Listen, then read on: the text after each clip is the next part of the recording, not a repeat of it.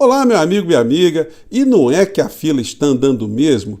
Para desespero de muitas pessoas e para surpresa de outras tantas, certamente se você está me vendo e me ouvindo nesse momento, é sinal que você não é uma dessas 300 pessoas que retiraram uma senha e agora estão numa fila, já para serem condenadas de uma forma definitiva para esticarem uma temporada no presídio da Papuda e da Colmeia. Outras pessoas também passarão pelo mesmo crivo, já estão com a senha na mão. E outros estão sendo procurados, sem falar em outras tantas pessoas que estão com tornozeleiras eletrônicas. Todos eles nessa situação porque acreditaram num fanfarrão, num mentiroso, num covarde, numa pessoa absolutamente alucinada e fora da realidade, que agora se encontra numa situação mais surreal ainda do que a vã filosofia poderia esperar. Bom, o que é que está acontecendo? Vou conversar com vocês porque algumas figuras estão eclodindo novamente das trevas depois de terem figurado no cenário político do nosso país, criando todo tipo de atentado contra a nossa democracia, a nossa sanidade física e a nossa sanidade mental. Vou conversar com vocês a partir de agora, mas antes de mais nada, é sempre importante convidar você que está chegando agora no nosso portal a se inscrever. Você que é muito bem-vindo, conheça também os nossos outros vídeos, se puder e se gostar, compartilhe, dê seu joinha, enfim. Hoje a gente está entrando um pouquinho mais tarde, mas todos os dias eu abro um chat entre 17 horas e 17h30 para bater um papo com vocês antes de entrarmos no ar. E se puder também se inscreva no nosso clube de membros, tá bom? É uma forma adicional de você estar participando aqui das nossas atividades.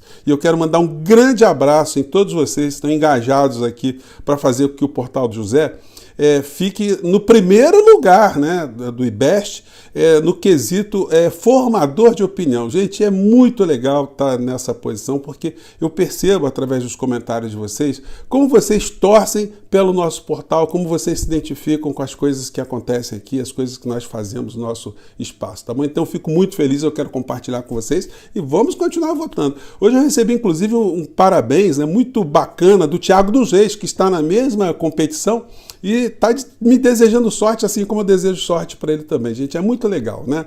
Bom, vamos falar aqui das situações, né? Gente, hoje eu estava dando aqui uma pequena navegada e me deparei com a figura do Silas Malafaia. Eu comentei com vocês no nosso encontro anterior que o que está se passando na cabeça desses bolsonaristas é algo parecido com aquele ladrão que tentou furtar uma residência, uma loja, uma empresa e foi preso, acabou ficando preso ali nas grades, né? Não conseguiu se desvencilhar dali. E aí chegam os vizinhos, chegam os proprietários, chega a polícia e ao invés de retirar a criatura logo dali, resolvem fazer o registro, né? Para mostrar para muitas pessoas, inclusive para servir de prova, que o ladrão estava naquela situação de flagrante ali, tentando fugir. O que está acontecendo é o seguinte, se perguntarem ao ladrão como é que ele foi parar ali, dentro dessa lógica do bolsonarismo, ele dirá, olha, vamos fazer uma CPMI. Como é que eu fui parar aqui? Quem é que me colocou aqui? Quem é o responsável de eu ter ficado nessa situação? Vamos apurar as responsabilidades.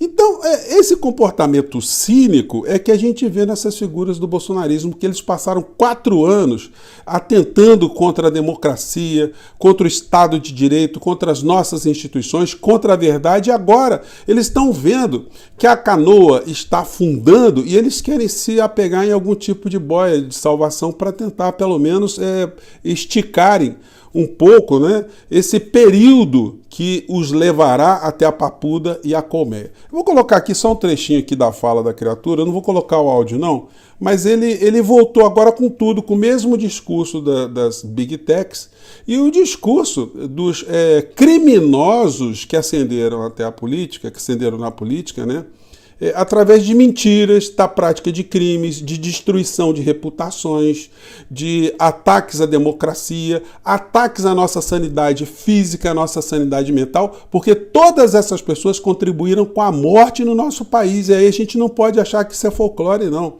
Essa gente toda tem que ser responsabilizada e tem que ir para a cadeia, porque a cadeia é lugar de gente que pratica crimes em qualquer lugar do mundo, em qualquer regime. Mas aí a criatura que estava desaparecida disse o seguinte, vamos lá. Os senadores querem aprovar no Brasil a censura de maneira moderna. Nenhum país do mundo democrático, Estados Unidos, Canadá, Europa, nações democráticas da Ásia, censuram redes sociais. Gente, uma das coisas assim, criminosas, né, que essas pessoas dizem é a distorção que eles fazem da verdade, né?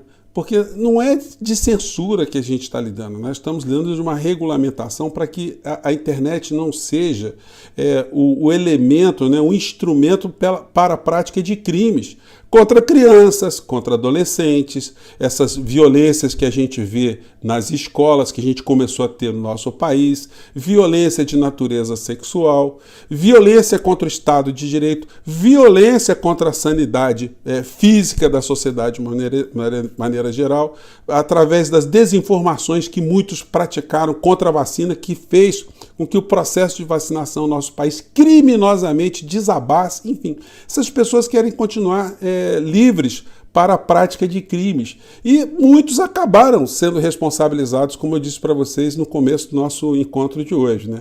Está faltando essa fila andar para mais algumas figuras.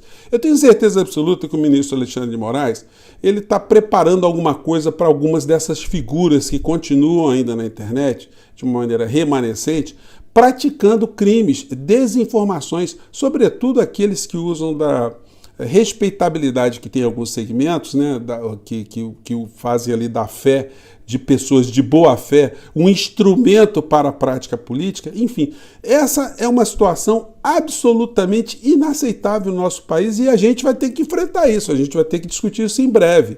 Não dá para essas figuras continuarem a praticar crimes, a destruírem reputação e atuarem contra a saúde da sociedade, a saúde das nossas instituições, não acontecer absolutamente nada, né? Mas a fila vai andar, como eu disse para vocês, muitos desses crimes que foram emparedados ali, embarreirados pelo senhor Augusto Aras, em breve o senhor Augusto Aras e a senhora Lindora certamente vão começar a responder também uma série de questionamentos que sofrerão, inclusive judicialmente, disso eu não tenho a menor dúvida.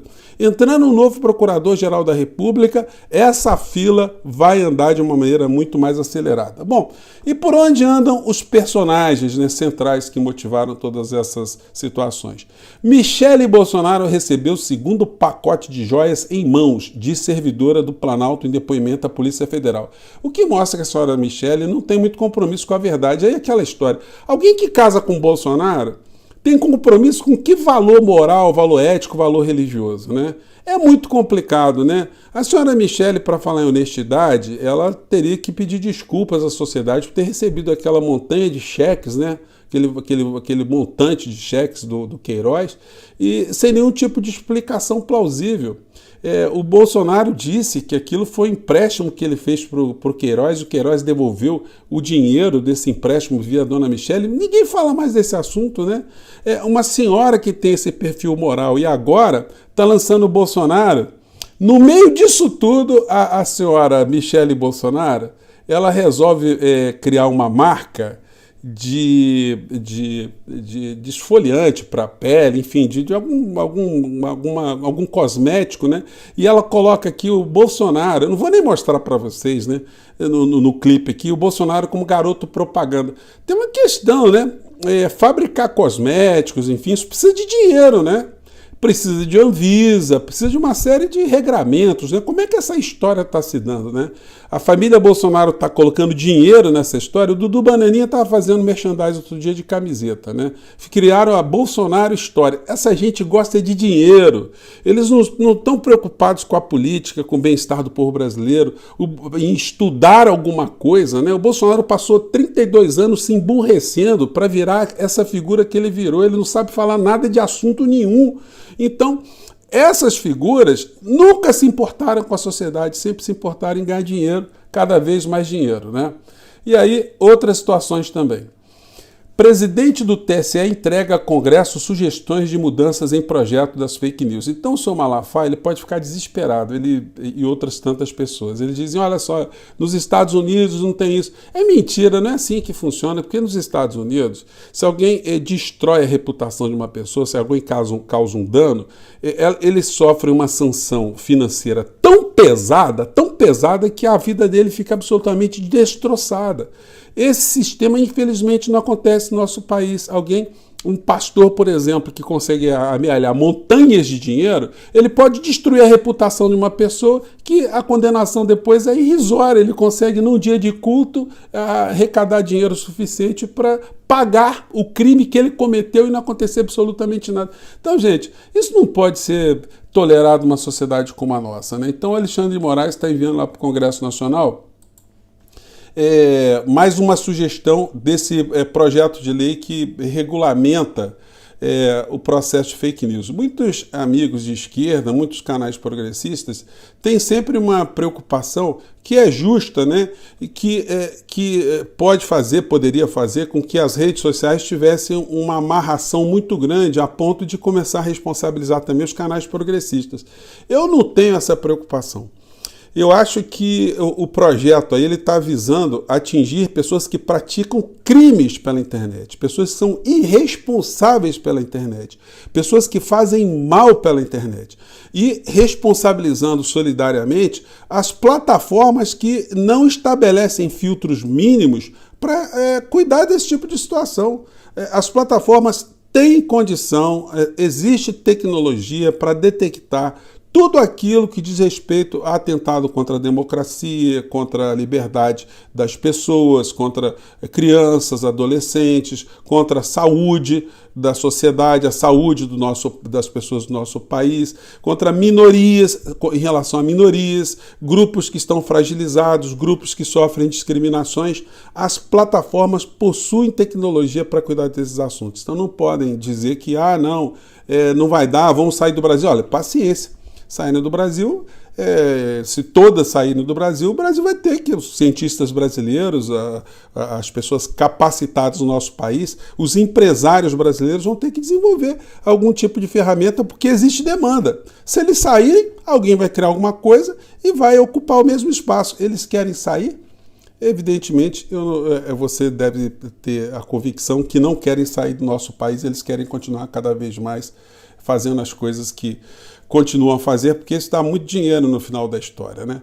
Gente, eu vou ficando por aqui. Hoje o nosso encontro aqui já está no derradeiro encontro aqui do período de férias do nosso portal, e já nos próximos encontros aí nós retornaremos, né, através de imagens aqui do nosso estúdio, enfim, com mais informações. Queria falar também sobre o papel do presidente do Banco Central hoje na sabatina no Senado, mas eu vou deixar isso para o próximo encontro para a gente não esticar tanto o nosso papo, que hoje entrei muito atrasado, né? Mas eu vou falar disso aí e a gente não vai deixar esse assunto morrer não, tá bom? Mais uma vez, muito obrigado, continue a votar no IBEST, até o nosso próximo encontro, tá bom? Tchau!